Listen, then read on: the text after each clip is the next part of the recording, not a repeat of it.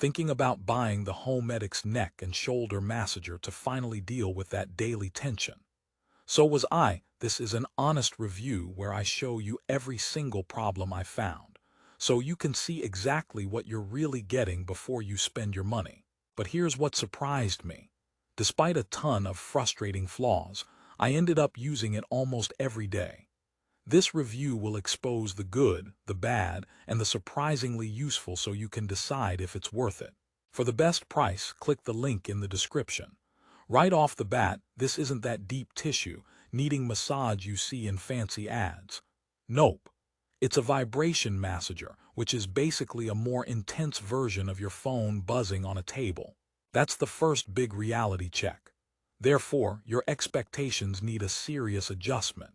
If you want knots punched out, walk away now. But if you have general stiffness and just want a soothing, tingling sensation to help you unwind, you might be in the right place. Let's deep dive into why this thing is so divisive. First, the unboxing experience. You get the massager itself, which is this gray, fabric-covered U-shaped pillow. It looks like a travel neck pillow had a baby with a low-budget sci-fi prop. You also get a power adapter. Notice what you don't get: the batteries. It needs 4 AA batteries to run cordlessly. They're not included, which feels like buying a car without wheels. Joke number 1. Homedics must think we all have a drawer just full of loose AA batteries, right next to our mystery keys and dead pens. So your first step is a trip to the store, which is not relaxing. Let's talk about the fit and design, because this is where the problems start piling up. The Ergo design has an internal wire frame so you can bend it. That sounds great in theory. In practice, it's clunky. It doesn't magically contour to your shoulders. It sort of perches on them. If you have broader shoulders, it feels unstable. But the biggest issue is for your neck. The opening in the middle is huge. Unless you have the neck of a linebacker, your head just kind of floats there without support. Therefore, the neck massager part is mostly a misnomer.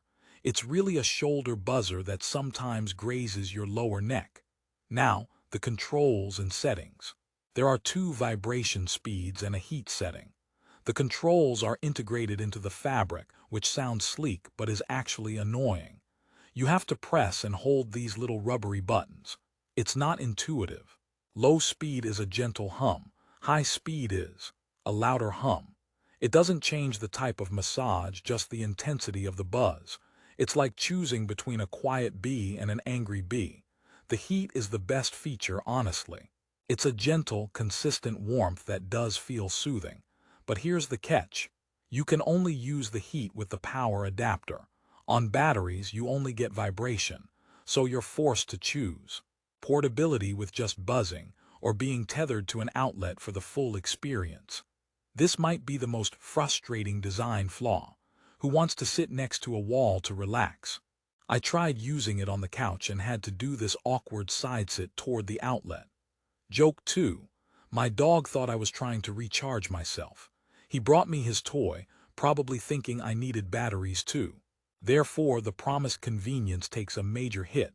Let's get to the actual massage experience. I'll be brutally honest. The first time I turned it on, I laughed. It's a very superficial, surface-level vibration. It doesn't penetrate deep muscle.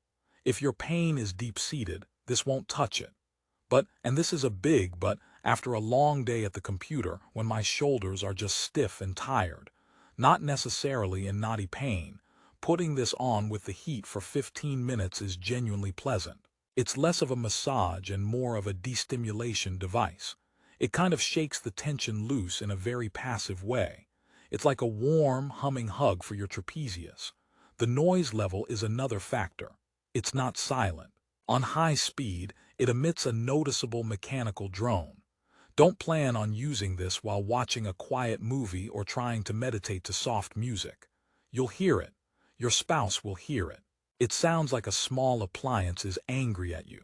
Therefore, it's not a discreet relaxation tool, but maybe you can drown it out with your own TV show. I found myself using it more in the evening when other noise was acceptable. Durability is a question mark. The fabric cover feels decent, but the whole thing has a plasticky, lightweight feel. The bending mechanism feels like it could snap if you're too forceful. I wouldn't toss it around. For the price, you'd hope for something a bit more robust. It feels designed for gentle, occasional use, not for someone needing serious daily therapy. So is it a complete waste? Not necessarily.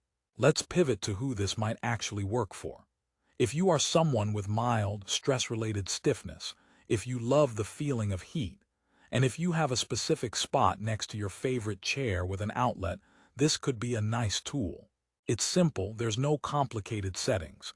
You just plug it in, hit 2 buttons and zone out. It's a passive relaxation aid. Joke 3. It's the low-effort roommate of massage gadgets. It won't deep clean, but it will occasionally do the dishes if you remind it 100 times. Therefore, its value is incredibly specific. But we have to address the Amazon rating of 4 stars. Reading through the reviews, the pattern is clear. People who expected a deep massage hate it. People who wanted gentle warmth and vibration love it. It's the ultimate case of mismatched expectations. The product page talks about melting tension and invigorating massage, which sets the bar way too high. This doesn't melt tension. It gently warms it up and asks it to leave politely. So after weeks of testing and all these problems, what's the final verdict? Would I recommend it? Here's the resolution and the surprising twist. Despite its flaws, the awkward fit, the battery nonsense, the noise, the superficial vibration, I kept using it. Not for a therapeutic fix, but for a wind-down ritual. The combination of heat and that consistent buzz is a signal to my brain to relax. It's a placebo effect with a power cord, and sometimes that's enough. Therefore, my final advice is this. Don't buy the Homedics Neck and Shoulder Massager thinking it will solve chronic pain. It won't. But consider it if you want an affordable, simple relaxation device for evening couch sessions. It's a glorified heated vibrator for your shoulders, and in that limited role, it can be pleasant. Joke 4. It's the motivational speaker of massagers, lots of noise and hot air, but you feel a little better afterwards without knowing exactly why. If your expectations are firmly in check, and you understand its severe limitations, it can be a worthwhile purchase for unwinding. It's far from perfect, but sometimes the simplest tools find a place in your routine.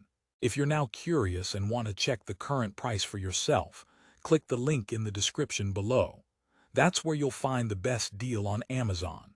Thanks for watching this honest review.